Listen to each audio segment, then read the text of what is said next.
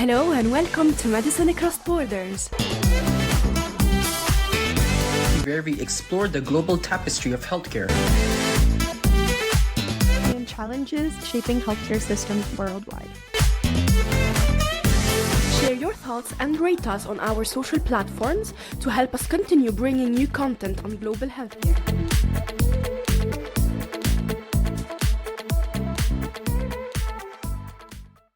Hi and welcome to Medicine Across Borders. I'm your host today, Eddie Dabrowski, and with us we have Jakub, Belina, Brzozowski, who's the head communications officer for the Polish medical mission. Hello, nice to meet you. So I think this is going to be a very interesting episode to kind of be able to see what happens across the world and how this organization helps a lot of people. And because a lot of the people who are watching this are from Poland or studying in Poland, potentially they might be able to get involved in some way as well. So very quickly, let's just start off. What is the Polish medical mission? Yeah, so we are a humanitarian and medical organization, an organization that is focused on the humanitarian aid for victims of natural disasters and conflicts, basically wars. And yeah, that's the short description in a way. If I have to expand it a little bit, I would say what we mainly do is medical aid, which is a part of humanitarian aid. So we are providing the healthcare in places where, for some reasons, it is broken or not available. We'll probably talk about those regions or those particular places where we do that. But we also do some humanitarian projects that are not like 100% connected with medical aid. For example, Poland, when we had a lot of refugees from Ukraine coming. We also had some educational and projects for the children and the parents. Sometimes we also do some food distributions in places where the food is needed. So it's not like 100% of our aid is only medical. I would say it's more like 70-80%, because sometimes when we see the need for something else, we also provide what is needed right now in a place of crisis. Okay, and I'll also ask, how do you fund kind of all your things? Is this mainly through individual donations, or how do you fund this whole system and this support? Yeah, I would say individual donations are the basis of our funding.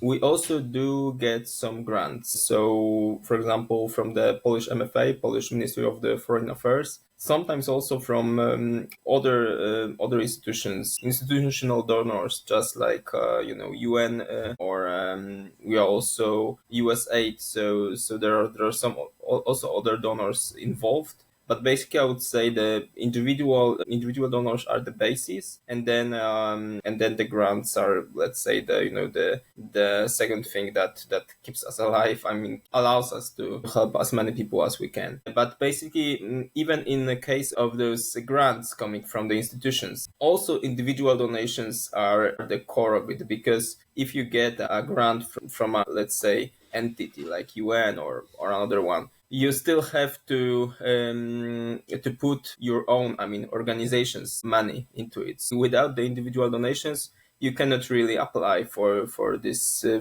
Basically, everything. In the end, everything depends on whether people donate or not for our cause. So we'll talk about what you guys do specifically, and later on we'll talk about how people can support you or how they can get involved. But for now, who are the types of people that you have involved, or how many people are involved with the Polish medical mission? I would say altogether, not only in Poland, because of course we have people all around the world. It's over 50 people probably right now. Not all of them are employees of Polish medical mission, because some of them are employed in our partner organizations somewhere, let's say, for example, in Iraq or in Ukraine and so on. But basically, yeah, I would say for sure over 50 people engaged on a regular basis, because we also have some other people that are, let's say, volunteering from time to time. We'll talk about it also later, like doctors and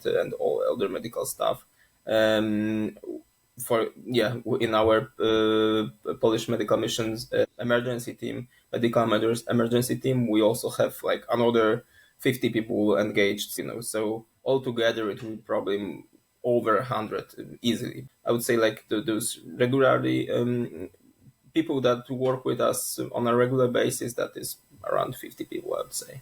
So, what is the Polish medical mission currently focused on? What are they doing right now? So for sure, like the two main crises that we are focusing on these days is Ukraine, because it's just around the corner, let's say, and of course, like all the Polish humanitarian organizations were very much focused on the Ukraine crisis from the very beginning. Also, these days, Gaza Strip. Gaza Strip is like a huge humanitarian crisis right now. We've got like people dying there every day, not only from the ongoing fighting, but also from the lack of food, lack of basic commodities like access to water and stuff like that. So and medical aid, which is of course our main focus there, because basically there are a lot of diseases these days that begin to be deadly there these days, which wouldn't have been deadly at all if the medical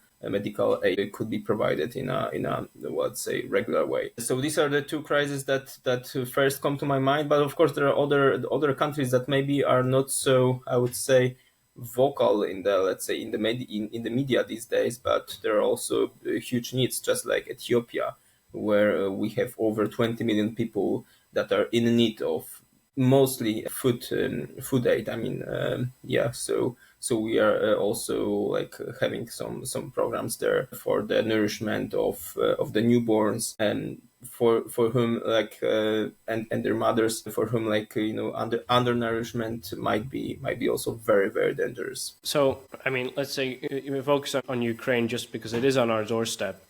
You help Ukrainians who are in Poland and ones who are in Ukraine currently? Yeah, I mean, slowly we are shifting our focus to Ukrainians that are in Ukraine these days. I mean, we had both, but these days, like, let's say, the situation of Ukrainians in Poland is getting more and more, let's say, regular, and they're accommodating in here quite a good way. But the situation in Ukraine is still to be frank, well, terrible in some areas. So we are focusing on, we've got mobile clinics. And mobile clinics, that is, so what does it mean, a mobile clinic in our case? It's a van, usually, that brings doctors, brings medical staff to the places that do not have any medical points, any medical facilities anymore. Just like some villages and towns in Kharkov area, let's say, or in Sumy area, which is also a governorate,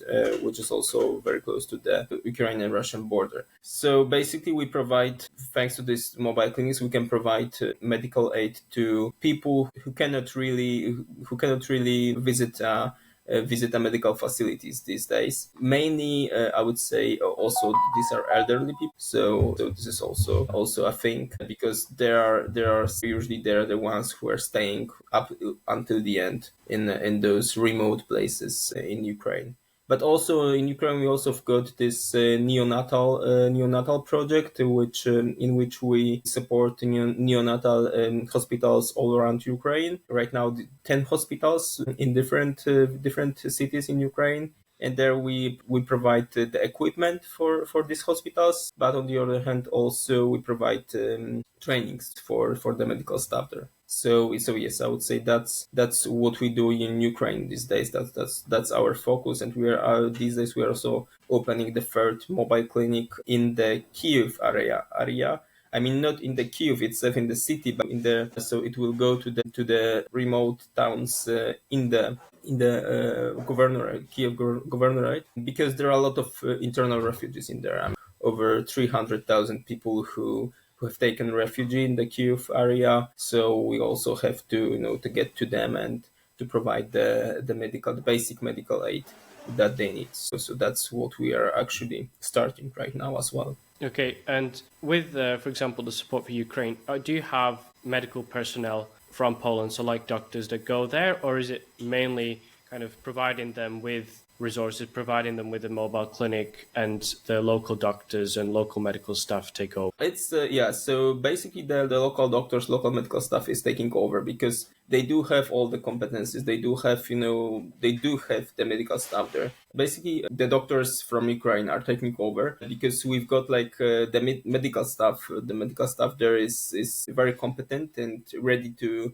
to do the work. What they need are conditions to do that, and we provide those conditions. I mean, we provide the equipment, we provide the vans, we provide also with fundings for the regular work. So, and we provide like the logistics coordination on all the stuff. So what we do is we are making sure that all they need to do is focus on their medical work, which is crucial there these days. But basically, in most of the countries that we work, we don't really need to bring the doctors from Poland there for a long time. If we do, we usually do that only for them to train the local staff. So they go, for example, for several weeks, and they do train the local staff, so they can leave the capacity for the further help, for the further medical aid their own place, because it used to be that way, let's say before in the humanitarian medical aid, that people would bring doctors from all around the world, and then they would leave after a few weeks, and after a few weeks people would get help for these few weeks, but then afterwards the situation would stay more or less the same. So that's our main aim, to build the capacity of the local community to kind of deal with the crisis afterwards. Okay. And then kind of moving on to Gaza, which is a very big problem right now. Can you kind of talk about what you've been doing there? Also, actually there we are bringing doctors from outside, because we are bringing doctors from Jordan. Why from Jordan? Because it is a little bit easier for them to enter the Gaza Strip, thanks to the current, let's say, international relations between Jordan. So they are entering the Gaza Strip. They are healing people in how to say that's a nice way. So they're entering the Gaza Strip, and in Deir al-Balah, which is a place where a lot of internal refugees in the Gaza Strip have taken refugees these days. In the hospital there, they are helping the local staff. They are basically kind of I would say the way they frame it, that somehow they treating bring, or they bring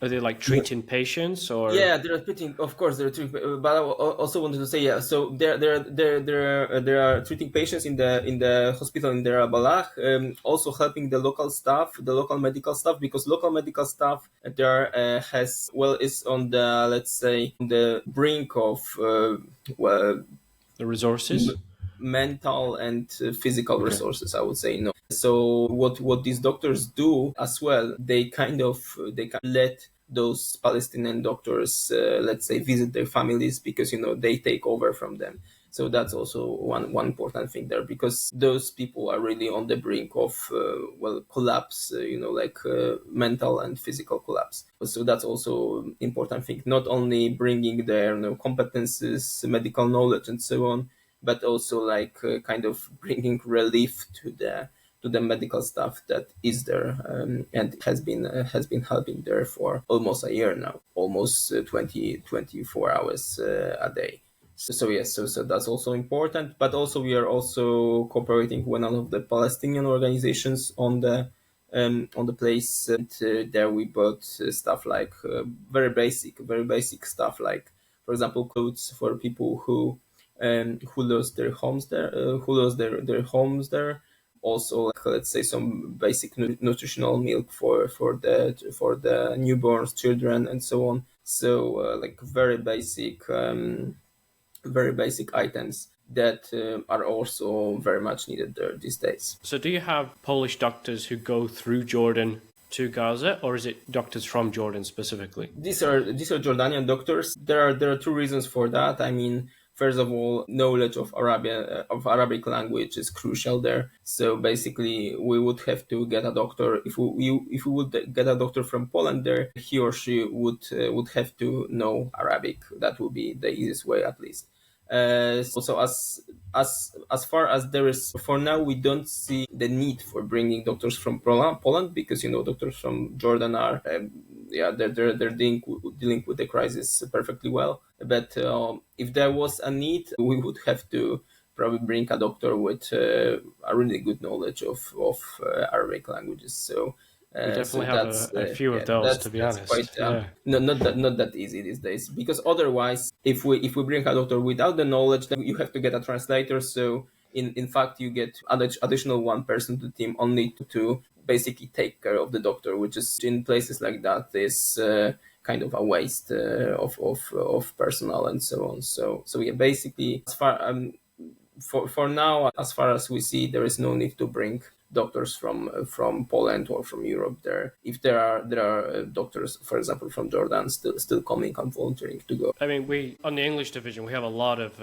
medical students and therefore graduates as well. So there are actually quite a lot of Arabic medical doctors and students here in Poland right now. But I see what you mean. Yeah. Maybe there will be some, if there is a need, then we'd be able to organize and help organize something like that. Now to kind of also ask, because I remember we discussed that you also have some programs in Ethiopia and things like that. So what are you doing there? Yeah, so basically Ethiopia, also Senegal, there are countries where we do more of a nutritional programs, but also nutritional programs that do happen in hospital, especially in the case of Ethiopia. Also, what we do there is programs for mothers and newborns in the hospital in the town called Voliso, and there we provide like very basic nutrition for those undernourished newborns, for example, also their mothers. And as people who listen to us do know, like undernourishment or hunger is gravely dangerous for children under the age of 5. So basically, that nourishment, nutrition for the children might be life-saving there. And from what we know, it is life-saving these days. So yes, so that's what we do in Ethiopia. Also, we do some nutritional programs in Senegal, for example. The situation there is not, let's say, that extreme. So there we also do cooperate with some medical staff, also some medical points, but we also do educational activities there. So for example, we do educate families on how to use, let's say, the basic basic vegetables and stuff that you can buy on the market in Senegal in a typical Senegalese town, and make a meal that will be nutritional for the family and for the children, because there the problem is sometimes that the food that they eat is not that good for their health. So there we also do some kind of educational activities as well.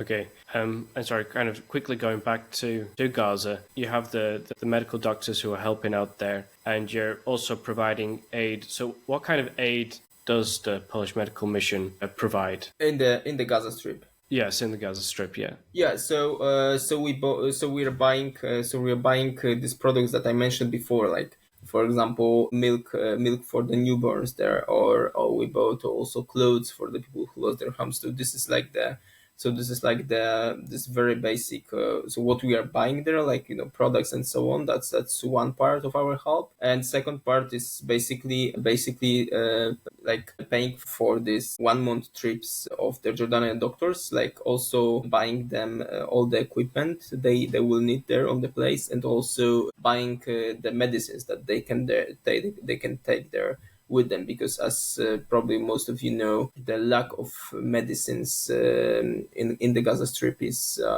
also a crucial problem there. Like really, really important thing is that let's say the doctors that we are talking to, also the Palestinian doctors from that another organization that we're working there together with, they told us they also run medical points there. So they told us that they are able to help only 30% of patients that come to their medical points there Why is that? Because most of these patients they really need like some basic medicines, for example, for their diseases like I don't know, cardiac disease or stuff like that, and their problem will be very easily treated if if they had the medicine they need, and the medicine that are still somehow and very scarce still available on the place. Well, there are some very very basic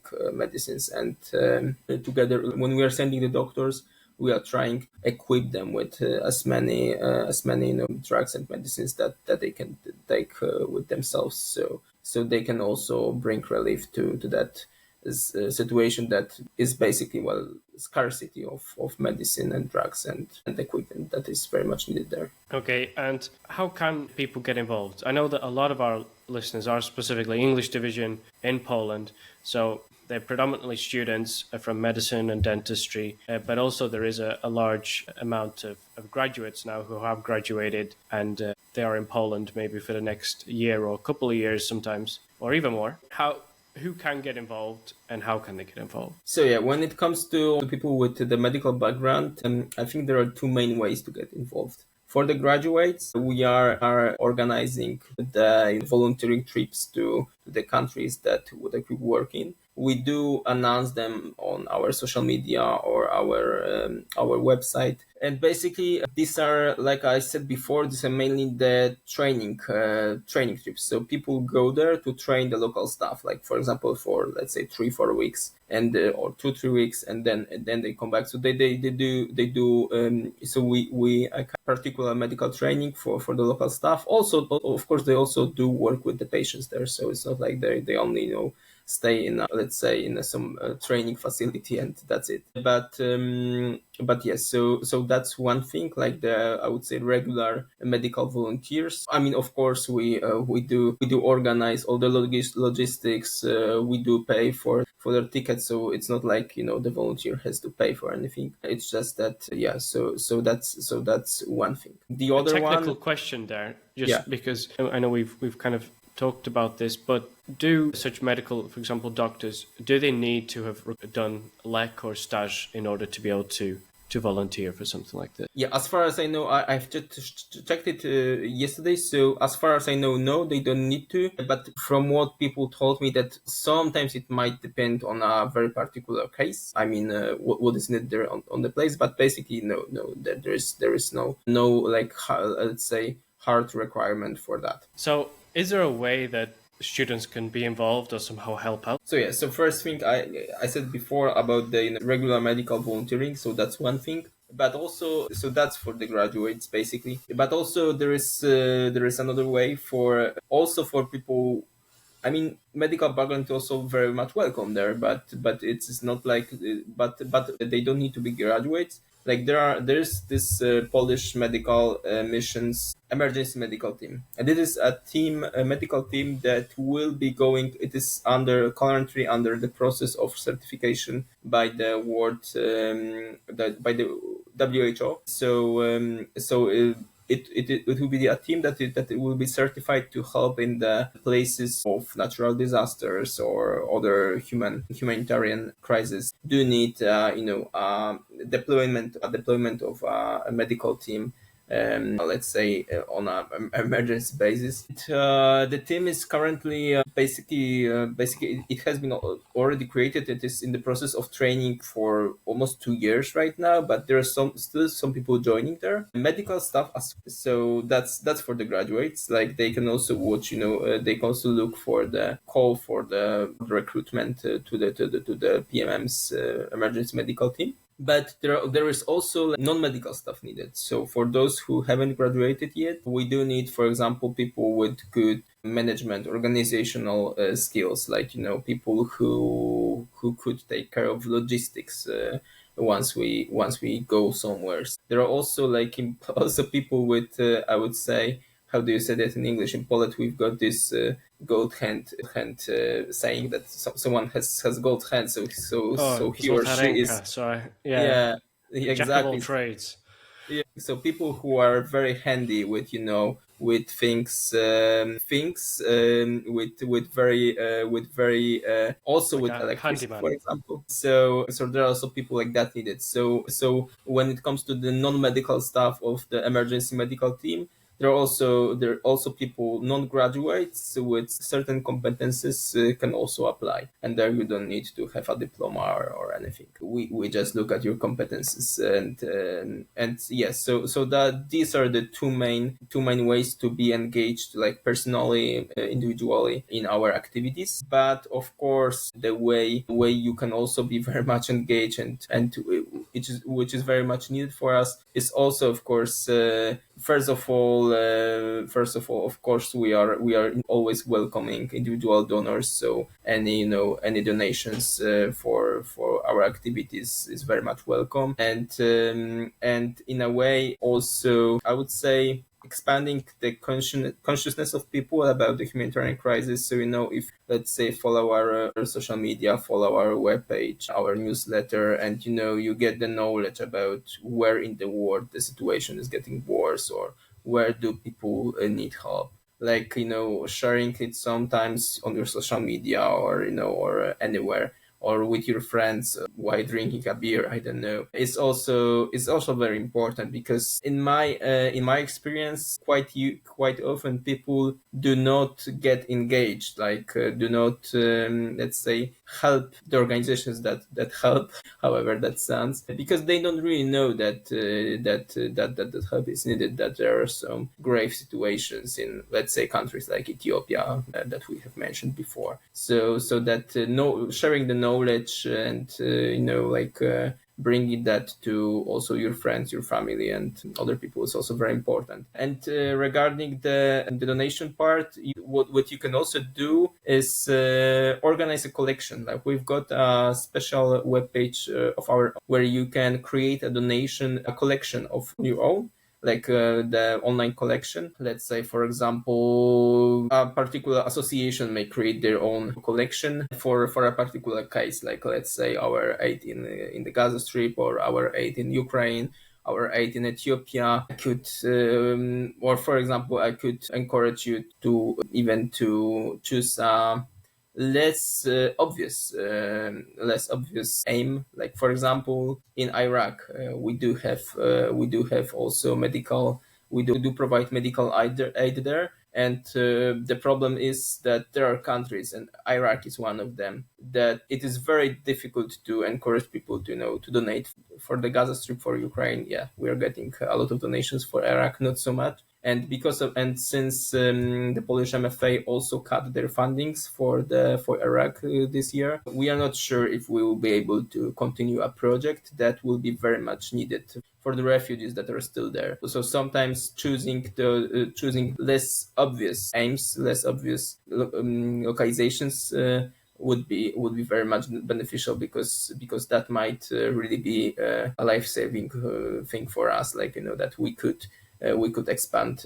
We could not really expand, but make the project a little bit longer thanks to that. So yes, there is also that option to organize your own collection with your friends, or I don't know, your birthday collection there, and I think that's also a kind of a nice way to support us. Yeah, I think it'd be excellent if some student organizations would be able to pick up on that call and potentially organize a collection. I mean, obviously, there are a lot of both Arab, Israeli, Ukrainian students here. And of course, I'm not thinking just of them, but everyone else also.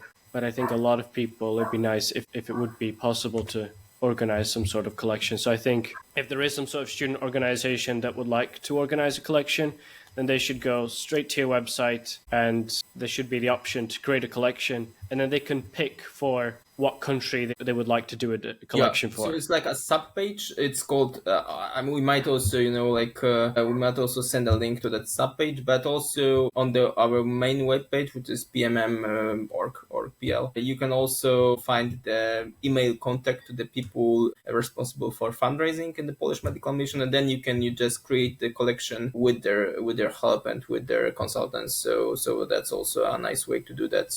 So you can consult with someone from the Polish medical mission, consult what, for example, what aim will be, let's say, more beneficial right now, and so on. So that's also another way to do that. Okay, I think that's everything for today. Thank you very much for coming. I really appreciate it. Obviously, all the links, all the social media for the Polish Medical Mission will be in the description wherever Perfect. you're watching this. We hope that we'll have maybe some future volunteers who will be able to join you, and hopefully some fundraising will also be able to support your mission in helping out with these countries in crisis. You're all very welcome, and thank you also for inviting me here and giving me the opportunity to talk about, important issues, really important issues these days. Okay, thank you very much. All the best. Bye-bye. Thank you. Bye.